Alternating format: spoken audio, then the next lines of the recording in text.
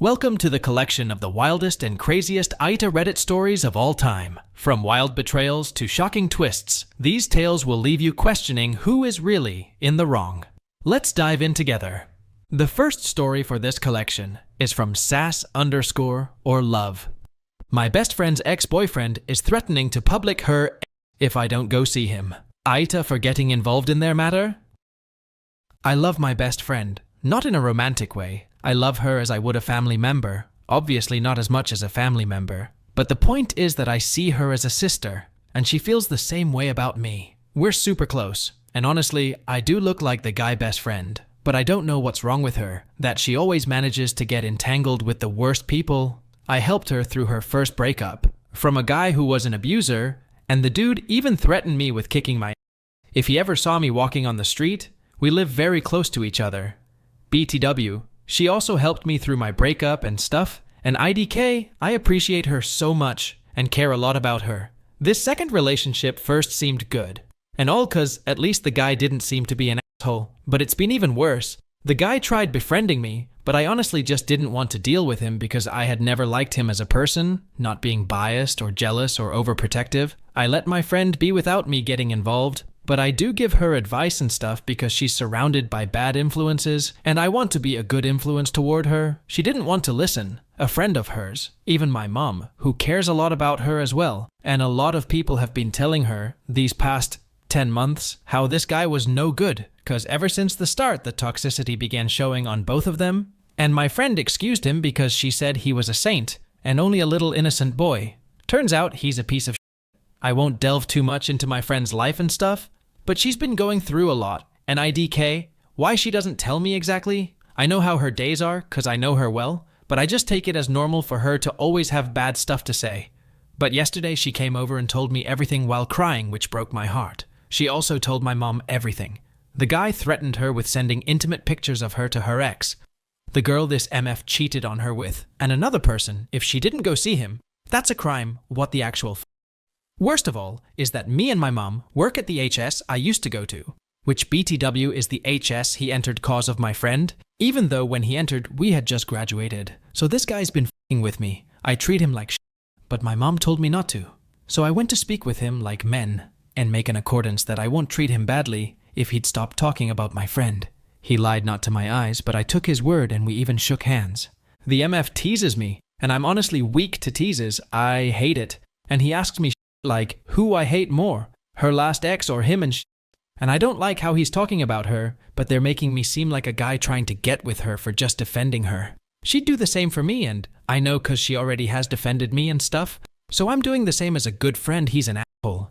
He cheated on her cause his parents tell him to get with other girls while he was with her, and my friend kept forgiving him cause he's a bitch who cries to manipulate her and begs her on his knees. She has video proof and even posted it on social media, but also didn't tell me and blocked me so that I wouldn't see it, cause she was ashamed at IDK. What? There's this teacher at the HS that's an asshole creep who they just hired a month ago, and we're signing petitions to fire him. He even tried kissing my brother WTF, so this MF teacher told the guy to go tease me, but with a dude filming me, so they'd have evidence of me shouting at him. For what he's done to my BFF, he's going to pay. My mom knows everything, and together we're going to help my friend sue him, cause what he did of threatening her. He sent an intimate audio of her to the girl he cheated on her with. He's sick in his mind, so that he'll go to jail and rot there on his 15 years, ruining his life. Just how he ruined my friend's life doing that. I can't kick his ass or anything cause I work there and would get both me and my mom in trouble, but I can't stand seeing him be like nothing had happened when my friend is and has been suffering alone all this time.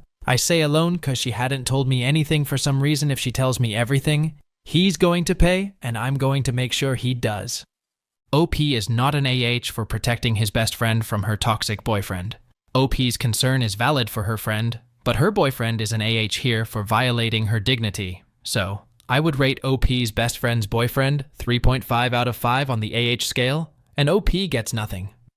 Let's now jump onto the next story from turbulent_writer 1684. AITA for leaving my boyfriend on his birthday? I, 32F, need some advice. Things ended with my ex-boyfriend, 31M, on his birthday, and it's been really bothering me. We were together for 8 months. I don't regret the breakup.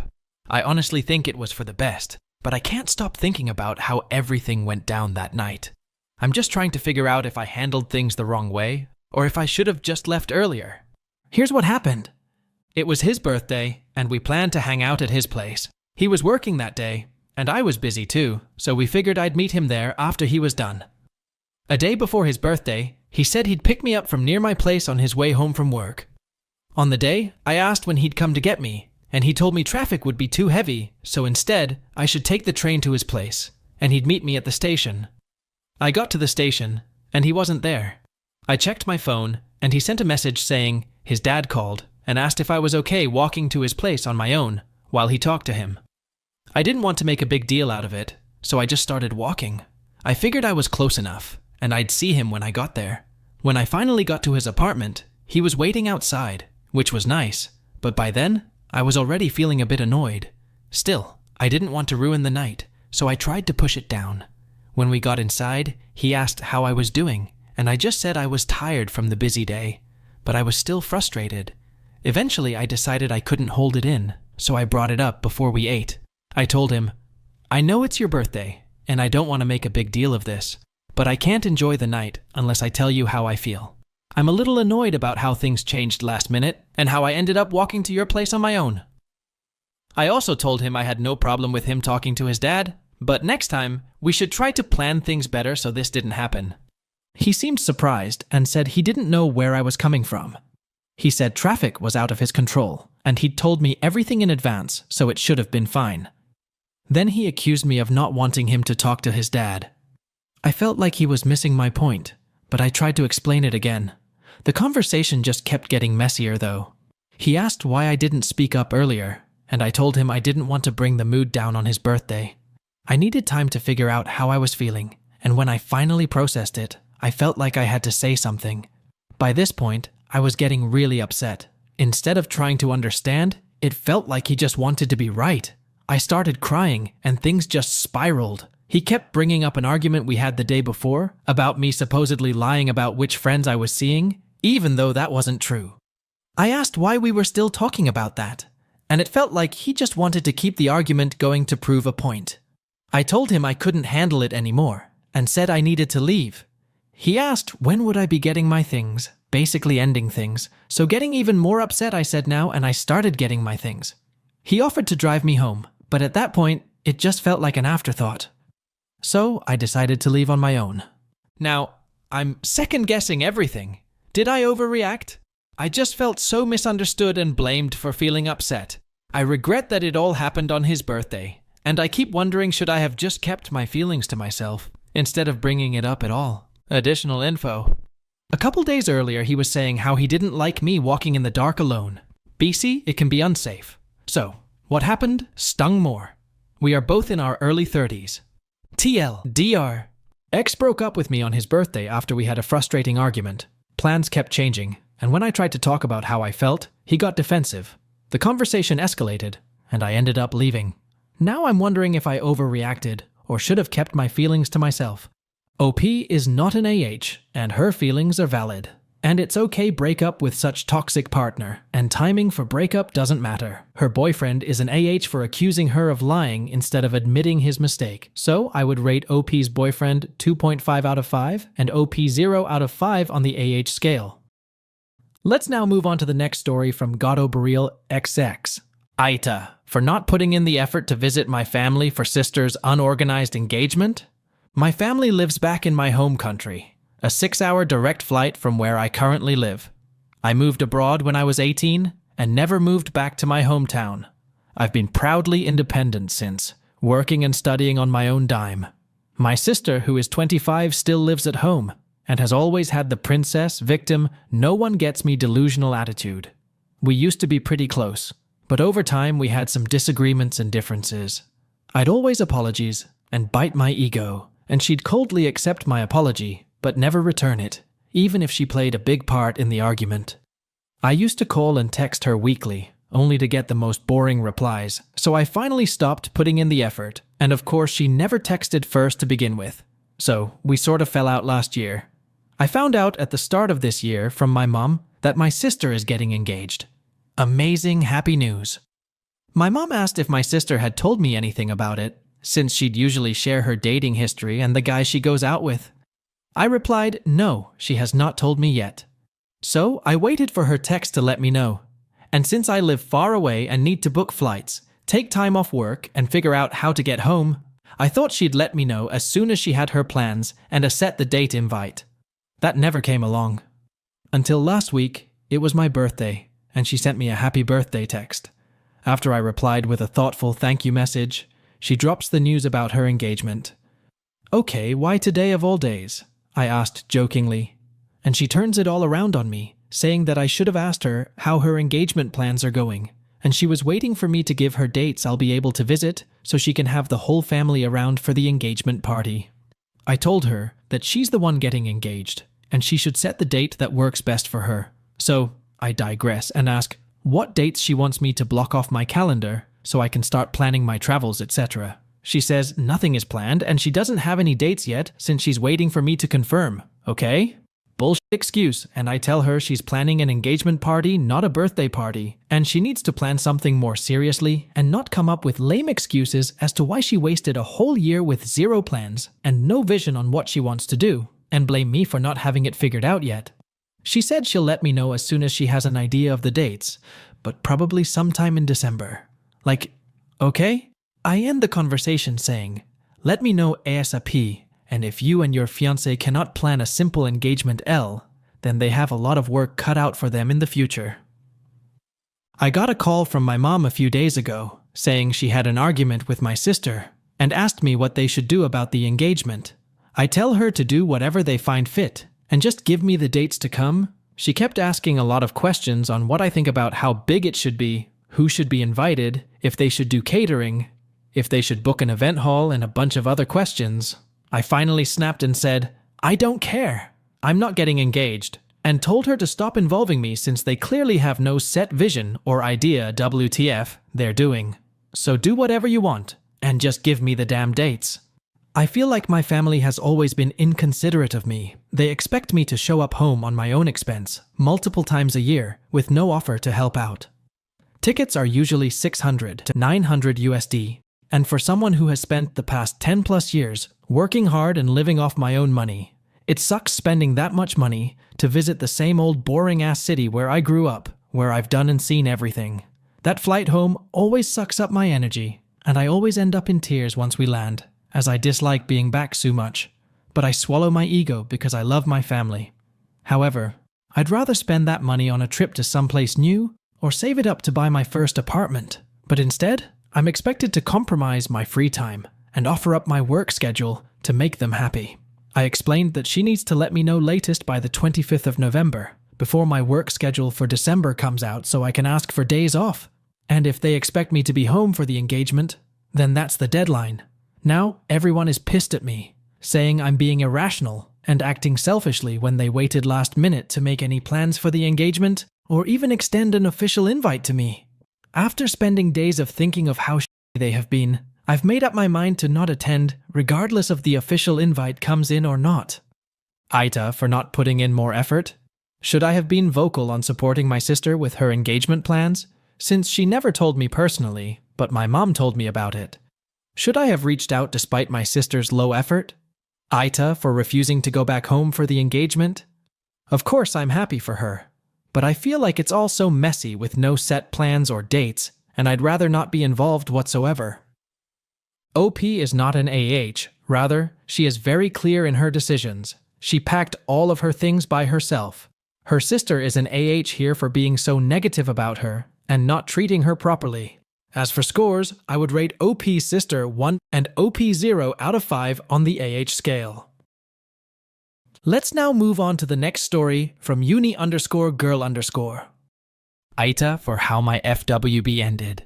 I, 18F, was seeing this guy I'll name J, 22M. Yesterday he ended things with me because I said I couldn't call the GP that day for my mental health.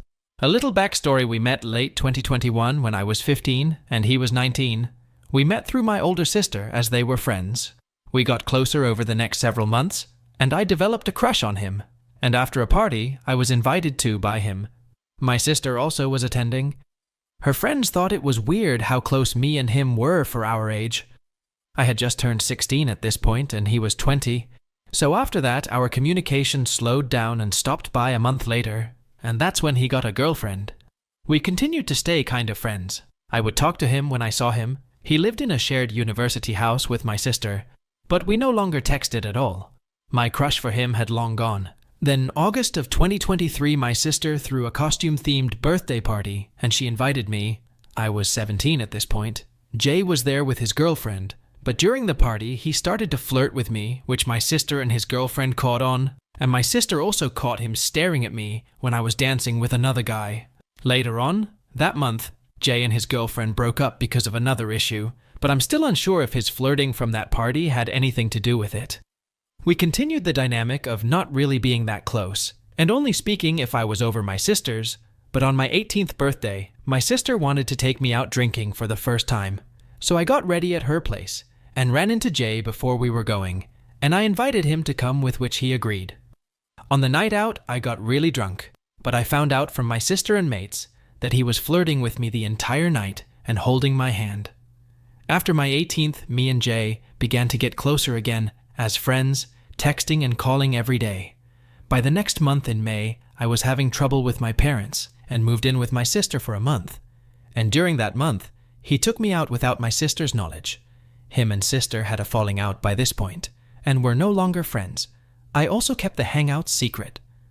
On one of these outings, we went for a few drinks at a pub, and I confessed that I had feelings for him, and we kissed. For the next few days, every time we tried to speak about it, we just ended up kissing again until he said he couldn't do it, and we decided to stay friends. However, a few weeks later, my sister and her friends found out about what happened and were really mad at Jay for it, so he had to move out early from the house. He said goodbye to me and that I was one phone call away, but then he blocked me the next day, and I was heartbroken because he was my closest friend. Then a few days later, I get a call from Jay apologizing for it all and said he still wanted me in his life, so we continue the friendship, calling and texting every day. Then by early July, he came and visited me in my hometown, and we got a hotel for the night. My parents thought I was at a friend's house, and one thing led to another, and he ended up taking my V-card, and we decided to be FWB from this point. From then on, I visited him for a few days late July, lied to my parents saying I was going on a trip with friends. He came back to my hometown in late August, and we shared a hotel together for a few days. We continued the constant communication. Then I moved to university at the start of September. 4 days after moving in, Jay called me in the middle of the night saying he had feelings for me and traveled to see me the same day, and spent the next 5 days with me, treating us like a relationship. By this point, he said he wanted to get therapy before being in a committed relationship, which I was fine with. In late September, he invited me to his house to meet his mum, and then me and his mum spent the entire day together while he had work. Then after spending almost a week there, I went back to living at uni. Things continued to be good between me and Jay with the long distance, but by start of October, he called me saying he couldn't do this anymore, and said he couldn't love me, but wanted to stay friends, which I agreed to cause I still wanted him in my life. A week goes by and I go visit him in person to discuss everything, but one thing led to another after a drink or two, and we ended up sleeping together again. We discussed it and stayed FWB again, but some part of me still had hope we'd be more. Just before Halloween, he came to stay with me for 9 days. It was good between us for the first half, but we started to have some arguments, which I'll admit both of us were in wrong. I won't say what they were about for privacy reasons, but I thought we had solved them. Things had been off since that. My mental health had gotten worse, and he was barely contacting me until he finally called me and told me he went on a date. This upset me because I still had hope for us, but I got over it by the next day, as I realized I couldn't think like that anymore. But then, a few days later, I was having a really bad time with my mental health and made the bad decision of drinking a lot of alcohol. I wanted to talk to Jay about it, but he was not responding to me. The next day, he called me to ask what was going on with me, so I explained it to him, and he told me to call the GP and make an appointment. But I had barely slept and couldn't think straight, but didn't want to lie to him, so I messaged him, saying I would do it the next day, as I hadn't slept. He then calls me later and tells me he's done with me, and I said I couldn't do the one thing he asked me to do, and if I really loved him, I would have done it. He then said later on that he needs space from me but said he'd keep Snapchat unblocked. But then last night, I found that he blocked me on everything including TikTok, which he doesn't really use. So now I'm here heartbroken and don't know what to do as we always said we'd be friends. But I think he's gone for good now. Please give me advice. OP is not an AH. She is justified in prioritizing her mental health and well-being. Her boyfriend is an AH for being dramatic in their relationship. So, I would rate OP's boyfriend 2 out of 5, and OP 0 out of 5 on the AH scale. Now let's jump onto the last story from Carlos's Gaming. AITA for making my friend pay for a whole new e-bike after he crashed mine less than a week after I got it. I recently bought an e-bike. It was an Amyet V9G60 for those of you wondering. And I have been super excited to get it as I waited quite a bit for it to ship. I work a pretty rough 9-to-5 job and don't get a lot of time off. So when I do have time off, I like to have fun and therefore own a lot of hobby stuff, gaming setup, movie projector setup, VR setup, music equipment, etc. I don't often buy myself things, but when I do, I cherish them, and the specific hobby becomes like the center of my universe.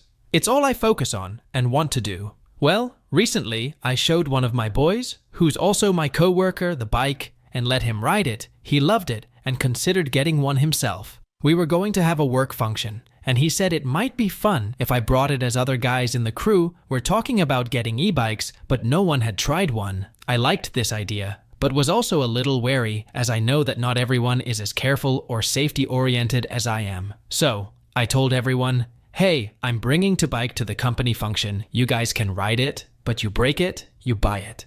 So don't ride it like an idiot. Everyone seemed to agree with these rules, and so I brought it to the function later that week, today. I brought it out and let a couple guys have some rides. Everyone had fun, and there were no issues until the last person did. Now the last person, let's call him K, has a bit of a drinking problem and tends to be fairly reckless. I was nervous about letting him take a ride, but I didn't want to be rude if I had let everyone take a ride already. Plus K has experience with motorcycles, dirt bikes, etc. So I figured it wouldn't be an issue. Well, K jumps on the bike, rides about 70 feet going about 20 miles per hour, and for some reason tries to do a wheelie, at which point the bike flies out from under him and he hits the floor pretty hard. I ran over to him to make sure he was okay. He was, and got up and rode the bike back towards the group. I noticed as it was riding back that the brake was squeaking as he rode, and so I went to check it out. Turns out, he bent the pedal shaft, bent something in the brake levers, smashed the brake set up, which was the squeaking cause, scratched the bike frame to the point the paint had completely come off in that area, shaved some metal off the pedal, scratched the leather bike seat, and scratched up the handlebar plastic grips. On top of that, being that it's a lithium-ion battery, I'm worried the battery cells might have gotten damaged from smacking the ground with the bike. The group of us co-workers gathered around the bike, pointing out everything that had happened to it, and then noticed K limping, and that was hurt. He says he might have torn his ACL, and he legitimately hurt himself. Everyone checked on him and accommodated him the rest of the evening, as they should, and made sure he was off his feet. I just kind of walked off and tried to cool down about the incident. Later we talked, and he said he would cover the repairs / buy another bike if he needed to do so. I thanked him and told him I'd take him at his word for it. I also told him I was sorry he got hurt, and was just happy he was alive and didn't hit his head. Now here's where I need advice. Amyet doesn't seem to have all the parts available to buy from the company on their website, and looking the items up, it seems it's hard to find the exact parts to replace what was broken. Plus, with the parts plus repairs, it might even be more expensive. We live in a higher-end area where services aren't cheap than just buying a new e-bike altogether. I'm considering telling him to just buy the bike, but I feel like an asshole asking him to do so. But at the same time, I don't feel like looking for all the parts, going to the different appointments to get piece by piece fixed. The repair guy only works Sundays in the winter, so scheduling isn't going to be easy either. Plus, he charges $125 per hour. After parts and labor, it might be more expensive, and a longer wait anyways. AITA. If I ask my friend to just replace the bike outright, OP is not an AH here. His coworker is an AH for not taking charge of his responsibility, even though OP has clearly informed him about the problem. As for scores, I would rate OP's coworker 1.5 out of 5, and OP 0 out of 5 on the AH scale. Let's now move on to the next story from C-Bird-4207. AITA. For telling my husband he needs to start dating and find someone new. I have 3 boys who no one would care for in the event of my demise. All 3 of my boys are mentally and emotionally challenged/disturbed. I have a mother who is physically incapable of caring for them, a sister that is 8 years older than myself, and one that is 10 months older. Neither of them is capable of caring for my children. My adoptive father has dementia, and the rest of my family is dead.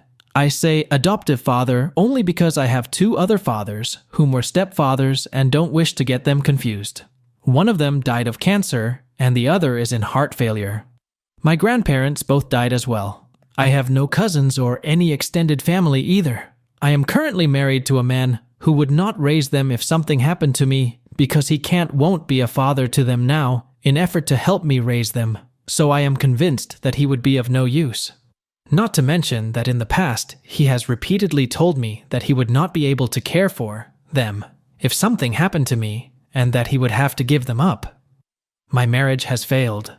My husband and I no longer do anything together. We have only a couple times per year. Sometimes we don't have at all. We don't go out on dates or actually do things together, even at home. We don't do puzzles, read books, have long meaningful conversations, family outings, walks, just a whole bunch of nothing. If he agrees to watch a movie, it is one that he picks. I still sit down and watch it, but as we have completely opposite tastes, I cannot pick a movie because then he won't watch one with me. So I do watch whatever he puts in because I want to spend time together, only to realize that he still isn't interested because he is always on his phone or computer. We have only been together for 10 years, but I feel like because we stayed together despite all of the stupid we lost those years, they were just wasted. My husband made a comment a while back that I never kiss him. How do I tell him that the reason for that is because before this statement, he had made another saying that I didn't know how to kiss anymore. So, I just stopped. I used to know how to kiss someone. At least I am pretty sure I did. Then the and making out slowed more and more until it was non-existent. I just don't know how to do any of that anymore. I was never comfortable with myself when it came to being flirty or attractive. I was never the bold or dominant one. But when you go so long without doing anything and are given not so nice comments over the years, you become uncomfortable and scared. His comments definitely never made things better. And he is now completely right. I don't know how to kiss.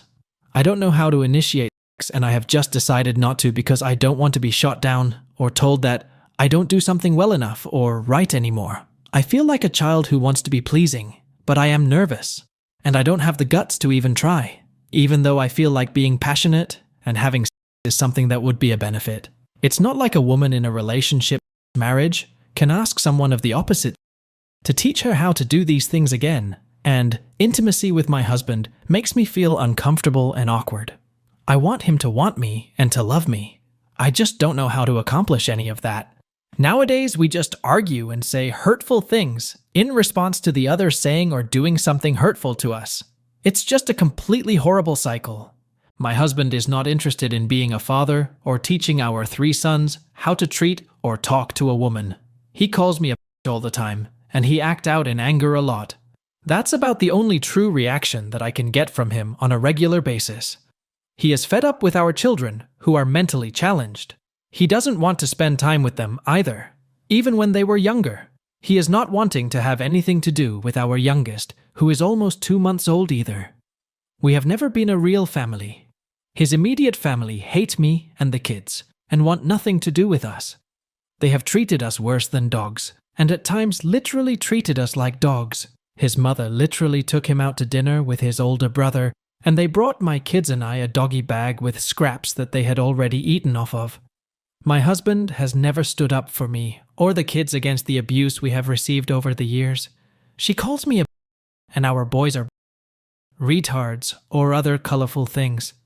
I am just so overwhelmed and tired of trying to get him and his family to love the boys and I, and to get them to want to be a family. No good deeds have made a difference. No gifts, begging, crying, yelling have changed anything on either front.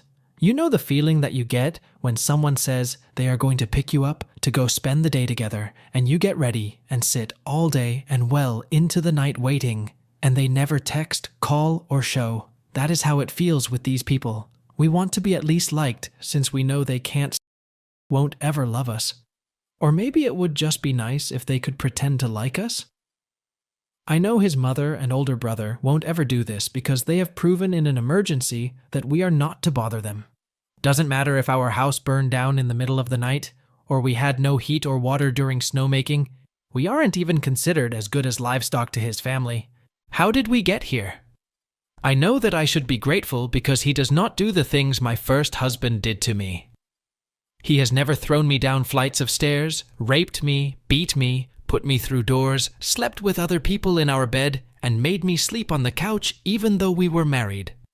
Current husband has also never burnt my things, broken them on purpose as a punishment, smashed my face into things, made me sit outside in the cold because his friends didn't like me. He hasn't thrown all my memorabilia from dead family members into the trash or pawned them. He has never woken me up by standing over me jacking off or pissing on me. He has never woken me up choking me and calling me fat and ugly. He has also never thrown anything at me while I was pregnant, just because it made him extremely happy and satisfied to physically hurt me. He also doesn't constantly tell me that he wishes I was dead or that he wanted to be the one to kill me. I will spare you the details on his many plans, as I am sure you get the gist. I know he is treating me much better than all of these things, but I still want more. I know that storybook relationships are not real, and that no relationship is perfect, but for some reason, I want more. I can't seem to let go of wanting to be a family who does family things and depends on one another. I can't seem to let go that I want to have with my husband and feel like I am attractive to him. I have begged and screamed. I have cried. I have been angry. I just don't know what else to do. I always make sure the bills are paid and that he can get his newest computers, games, and that he has everything he needs and most of his wants. By the time I make sure the kids and him are cared for, and then the animals, there just isn't much left. His work ethic and mine are complete opposites. Our likes and dislikes are opposite. I always get him things and the kids get him things for all the holidays, but I can't get him to tell me happy birthday on my birthday. I have never asked for there to be a gift for me for any holiday, even though if we are honest, I have often dreamed about waking up to a gift from him or one of the boys. My oldest two boys have issues mentally and emotionally as stated above. I am still trying to teach them to be good men when they grow up, and I want them to believe in God, even though my husband does not share the same beliefs in religion. The 13-year-old needs to go to a treatment center to get on the right meds for his bipolar because now that he has been going through puberty these last 2.5 years, he has become more violent and physically hurts my 8-year-old. And I can't get him the help he needs because insurance doesn't cover it. And the court and CPS won't help me. He has been arrested 9 or so times for assault, and this last one resulted in the emergency C-section of my youngest when he was just 33 weeks. He spent the first 3 weeks in NICU and is home now. The court still isn't taking things seriously or trying to help me. If anything goes on in court as far as what the plan is to help my oldest son, the court makes me sit out in the hallway while all court officials talk. I never get to talk in court. No one ever asks my opinion, and I have never been represented by legal counsel. However, they have threatened me with jail if I didn't let him come back into my home because they didn't want to keep him in detention. I have been threatened that if I violate the terms of probation, even though they are supposed to be for my son who has never been on probation and never charged with any of the felony assaults that he was arrested for, that I would go to jail. CPS has threatened me with jail if I let him come home and he hurts his younger brothers. CPS won't remove him and put him in a residential treatment center because my husband and I are not a threat to him. So there basically is no help for mentally disturbed people that are his age, and the court and CPS don't give a I have had 12 or more CPS cases opened on me over this child's issues, but everything is always closed because we are not abusing him.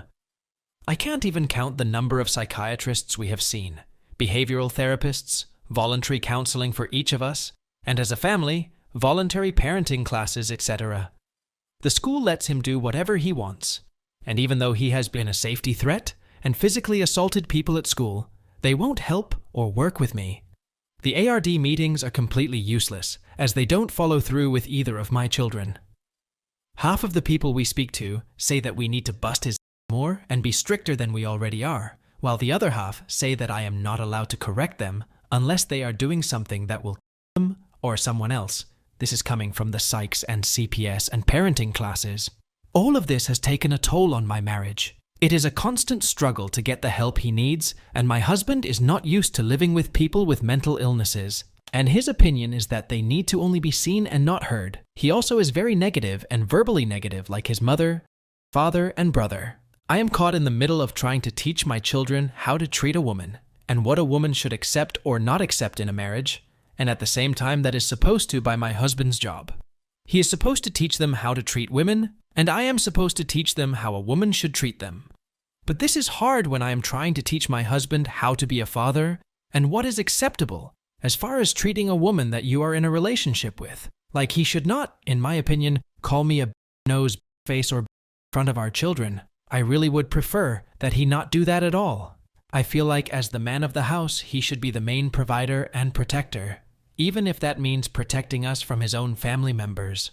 I am also not asking him to be an to anyone or say things in a way. There are ways to be morally, ethically, and politically acceptable, while your baseline of the conversation could be simplified as a "f you" or "back the f off."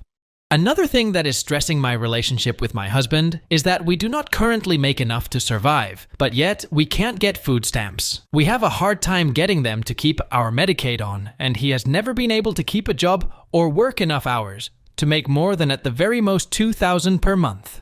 The cost of living at the moment is horrible for everyone. Our car is breaking down. We can't afford medications or food. And everything we do get food-wise, everyone can eat except myself because of my blood sugars. They can eat cereal, noodles, breads, rice, Pop-Tarts, waffles, pancakes, raviolis, etc. I can't. It all makes me physically ill. But we can't afford meats like chicken, turkey, or fish. We can hardly afford beef. We can't afford cheese, yogurt, eggs, fruits, and veggies. I can barely afford to buy foods that they can eat. I sure as hell can't afford anything for myself. I haven't told my husband that I am hungry almost all the time, but that I have to limit myself to only eating one meal. I don't want to make him feel worse than he probably already does. I honestly can't talk to anyone because I don't want to live off of other people or their handouts. I don't want to be someone who takes and takes. This is why I try to donate everything possible and open my home, time, money, and resources, if available, to help anyone and any animal that I can. I feel like I am very blessed to have a roof over my head and AC in the summer. I have indoor plumbing, and I have a fridge, microwave, and stove. I also have a washer and dryer, so I honestly have more than most, but I selfishly want more. I want all my bills to be able to be paid on time each month, and I would like food. Yesterday, for example, I had a bowl of plain-cooked rice for dinner. Tonight, I was able to have some of that rice and add butter. But that is because I spent money for bills on food. I bought a gallon of milk and a tub of butter at our local grocery store, and it cost $15. A dozen eggs costs $9. But again, I know that this is a common issue for most households, so I know I'm really not allowed to complain. I know that this whole passage is going to come across as selfish and unappreciative. I swear that is not how I mean it. My mother loves me and my children, and my husband did allow me to have 2 more kids, even though he didn't want any. I know I should be content just because of this alone. I honestly think I am just too mentally up to have a relationship. I honestly think he needs to find someone who he can love and be attracted to before he gets older. It's so hard to find anyone once you are in your 30s.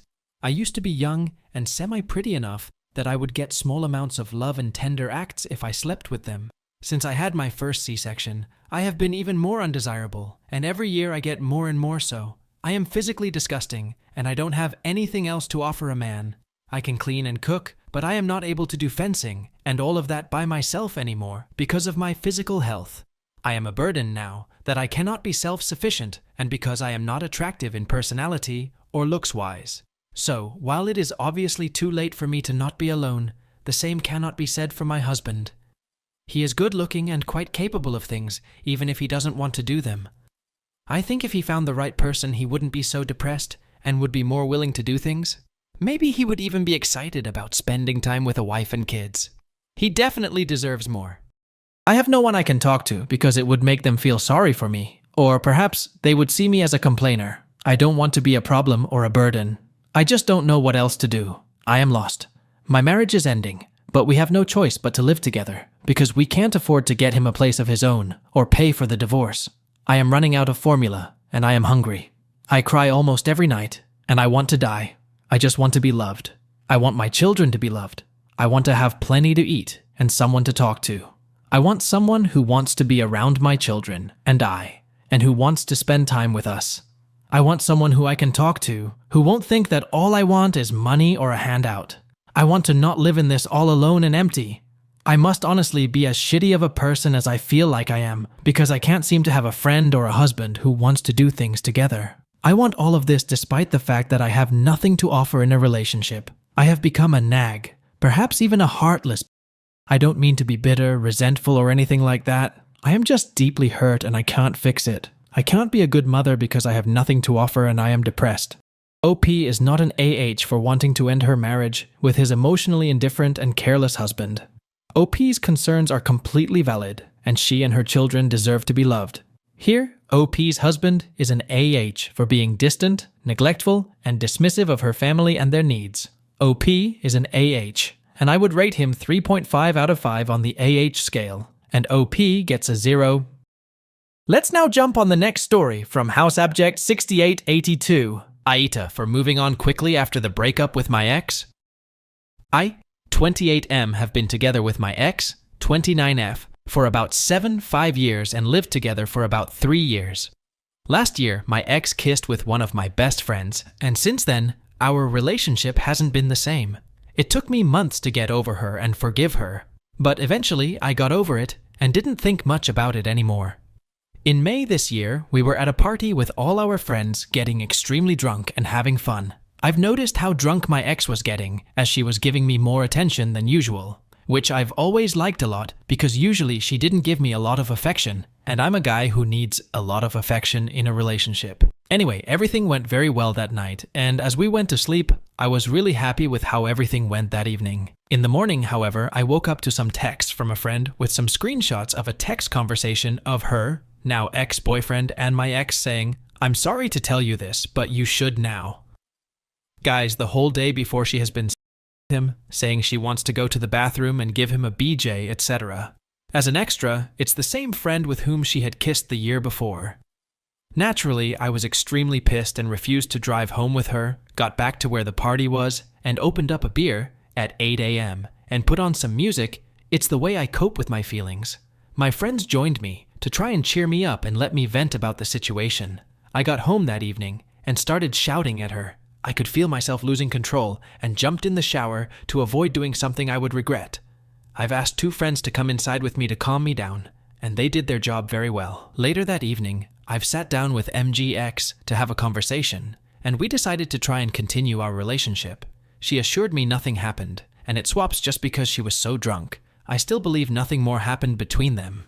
What pissed me off even more about this situation is that our sex life was practically non-existent. I think we did it like 4 times a year. So the fact that when she was drunk, she would do it with another guy really devastated me. Fast forward to this September, we were on our 2nd vacation since this happened, and everything was going better until suddenly something else happened. Nothing as bad as before, which made me realize that she didn't really try to fight to rescue what was left of our relationship. Even a spontaneous hug was something she never gave me. I was the only one who gave some affection in the relationship and tried everything to make it as it was before. From the moment I realized this, I stopped putting in the extra effort in our relationship, and sure enough, a week after we returned from our holiday, we get into an argument, and she decided to break up because she doesn't feel like this is going to work anymore. Since that moment, I've been spiraling out of control, getting pissed drunk every day in the weekend, and doing a lot of sports during the week just to get distracted from my heartbreak. My friends were really worried about me and tried to push me into getting out there again and just start doing the things I love again without thinking about my ex. After a month of losing control, I decided they were right and just blocked every feeling I ever had for her, except friendship, because we were still very good friends, and doing fun stuff with my friends. About 2 months after the breakup, a bit less, I've got to know someone, 27F, and I was immediately interested in her. So I just manned up and asked her on a date, and she said yes. So last Monday we went on that date, and everything went really well. Nothing happened, but we decided to have another date. When I was home the Thursday after the date, however, the guilty feeling got the better hand of me. So I decided to come clean and tell my ex I've been on a date. You guys, she was furious. She couldn't understand how I could move on so quickly. And if 5 years meant nothing to me, she even threw me out of our house, which is illegal, but to avoid drama, I've just left. I asked her how what I've done was worse than what she had done, because at least I waited until the relationship was over. And she told me that what she did was without feelings, and what I've done involves feelings, so I'm an AH. AITA for moving on quickly after me and my ex broke up. OP is not the AH for moving on, especially given the reason of the breakup. He endured years of betrayal, lack of affection, and effort from his ex, who cheated emotionally and dismissed his needs. Moving on 2 months after their breakup is reasonable, especially given her past actions. OP's ex is an AH, and I would rate her 2.5 out of 5 on the AH scale, and OP gets nothing. Let's now move on to the next story from Harlequin 801. AITA for leaving my emotionally and verbally abusive husband after 18 years after he's been trying to change and his mom just passed away. I 32F and my husband 32M have been together for 18 years until literally yesterday when I had finally had it completely. We have 2 dogs together and both have our names on our recently signed new lease. We were young and in love in junior high. I fell completely for him and doted on his every need and want for the entirety of our relationship. He would slowly and gradually build up to this awful human, degrading me, calling me stupid, gaslighting me, having an issue with every single thing I did, every single day. I stopped seeing my family, my friends, and just made excuses of why, when it was really because he said I would have consequences if I went somewhere without him, and he didn't like my family. He controlled what I wore, who I talked to. I had to prove that I wasn't cheating on him for years. Had to send him pictures of me in places, at work, at a friend's house, you name it. I started to become depressed, anxious, worried, scared, and suicidal. I would physically hurt myself when we got into arguments because I felt I deserved it, and something was wrong with me, and that I was the one causing all of the problems. I finally had enough in March of this year, 2024. I left him and spent a week thinking about how if he just didn't do those shitty things that I would love to be with the other parts of him, that even now, I know that anyone would thoroughly enjoy and hope for in a relationship, the sweet things he does. Anyway, after a week of talking with him and setting boundaries and explaining how everything he ever did like that was totally unacceptable and horrific, and he understood and realized what he had done was unforgivable and never okay. He did a lot of research about narcissistic tendencies and his insecurities, and asked if I would give him a chance to prove that he could be what I need and to never do those things again. I decided that I would try and love him for the good parts and what he was attempting to be, so I went back. Fast forwarding through the months, I noticed an obvious good change. He was being nice and thoughtful and kind and giving me love. But the little things deep down in him, with all of his insecurities, started to come back up. Little small things would happen, like constantly having to argue to be right and constant defending an action or a choice he made. I am positive I have some sort of PTSD from his abuse, so I get triggered very easily by the small mundane things that would be totally normal in any other relationship, like asking how your day was or what did you do while you hung out with so-and-so. I get angry and upset about it so quickly because the only questions from him in the past were an interrogation, essentially. I cannot forget what he did. I can never forgive him from stealing so much of my life and love away from me. So I just am angry 24/7 and hate being home and being around him or talking to him essentially ever. His mom just passed away last week. I left him yesterday after being triggered once again, and him essentially blaming me for not controlling my triggers, that he caused BTW, and trying to say that if I can talk with other people and not get triggered, then it should be the same for him. He thinks that just because his intention isn't what it was in the past, that everything is fine and dandy when he's the one who made me this way. Anyway, he's fairly upset from his mom, who BTW he cut out of his life, and now regrets doing so, and I just couldn't take it anymore. I was so unhappy all the time, and I don't want to end up like him to try and keep myself happy in this relationship. I am constantly angry and telling him to leave me alone and to stop talking to me when I just want a happy, loving relationship and to not have to have anxiety all the time or be angry. I don't want to live life like that. There is never a good time for things like this. We are married. We've shared a bank account since we were 18. I have to file for divorce, get a new bank account, figure out living situations, and still help pay for the apartment because I still have my name on the lease, and I'm not going to ruin my credit even more than it is from the amount of debt we are in together. I just want to feel some sort of justification that I am doing the right things for myself. AITA for leaving him right after his mom's passing and trying to just rip it off like a band-aid and try to not be involved with him in any way other than what's needed. I will always feel bad for people that are going through a hard time, but it's so hard with him because he never actually cared about me and the way that it should have been.